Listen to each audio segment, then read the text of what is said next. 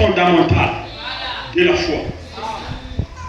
Frère Branham dit, prêchant en 1965, paragraphe 28, écoute ma fille.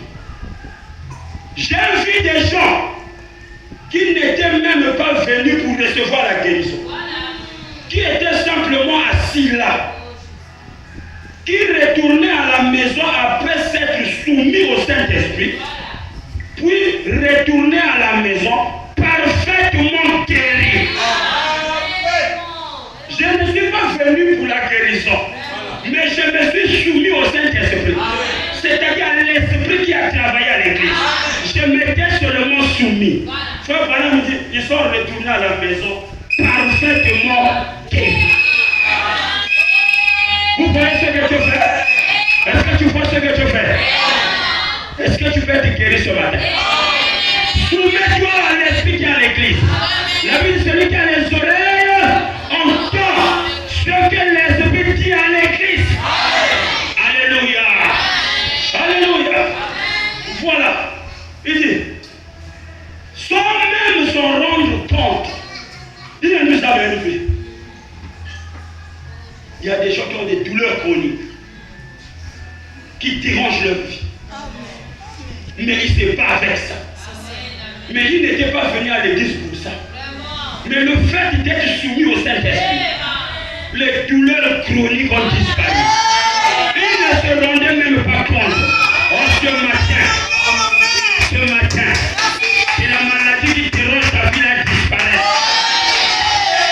Sans même que tu te rendes compte, les maux de tête chroniques disparaissent. Au nom de Jésus, sans même que tu te rendes compte, je n'ai pas besoin de me rendre compte. Il a besoin de me guérir sans me signaler. Il ne demande pas la permission.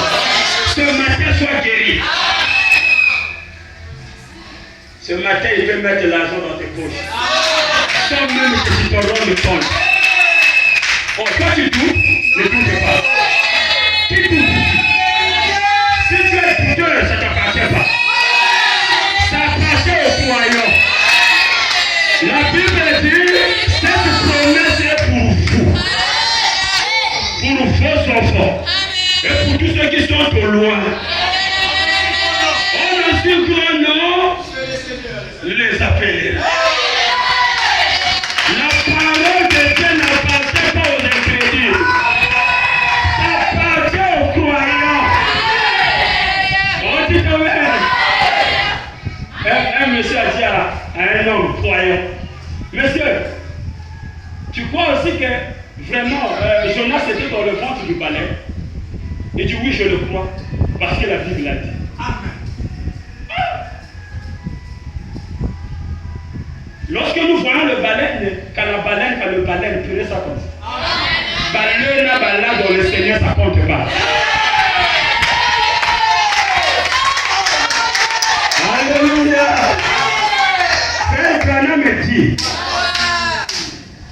ne prenez pas ce que j'ai dit, prenez ce que je voulais dire. Si je dis à la place de là, toi prends ce que je voulais dire. Alléluia. Un homme a attaqué Frère Branham. Mais toi avec ton anglais primérien là, comment tu vas arriver à parler devant le roi? Puisque Dieu t'a dit que tu iras prêcher devant le roi, tu prieras pour le roi du monde. Avec ton anglais primérien là, les articles tu ne respectes pas. Comment tu vas arriver? Frère Branham dit, les hommes n'ont pas besoin de ma grammaire. Les hommes ont besoin de la parole. Qui t'amène? Et il dit, Dieu n'a pas besoin d'un homme qui peut bien signifier gauche à droite. C'est pas ces hommes-là que tu as besoin. Tu as besoin d'un homme humble qui peut faire descendre de Jésus au sein. Si Jésus descend, il va régler le problème. Oh, dit Amen. Que le Saint-Esprit descend ce matin et qu'il règle les problèmes des gens. Les gens ont dit, Frère Branham, Billy Graham était ici, un docteur en théologie. Voilà. Mais Frère Branham, il nous a laissé les dettes. Oral Robert était ici. Voilà. Il a laissé les dettes.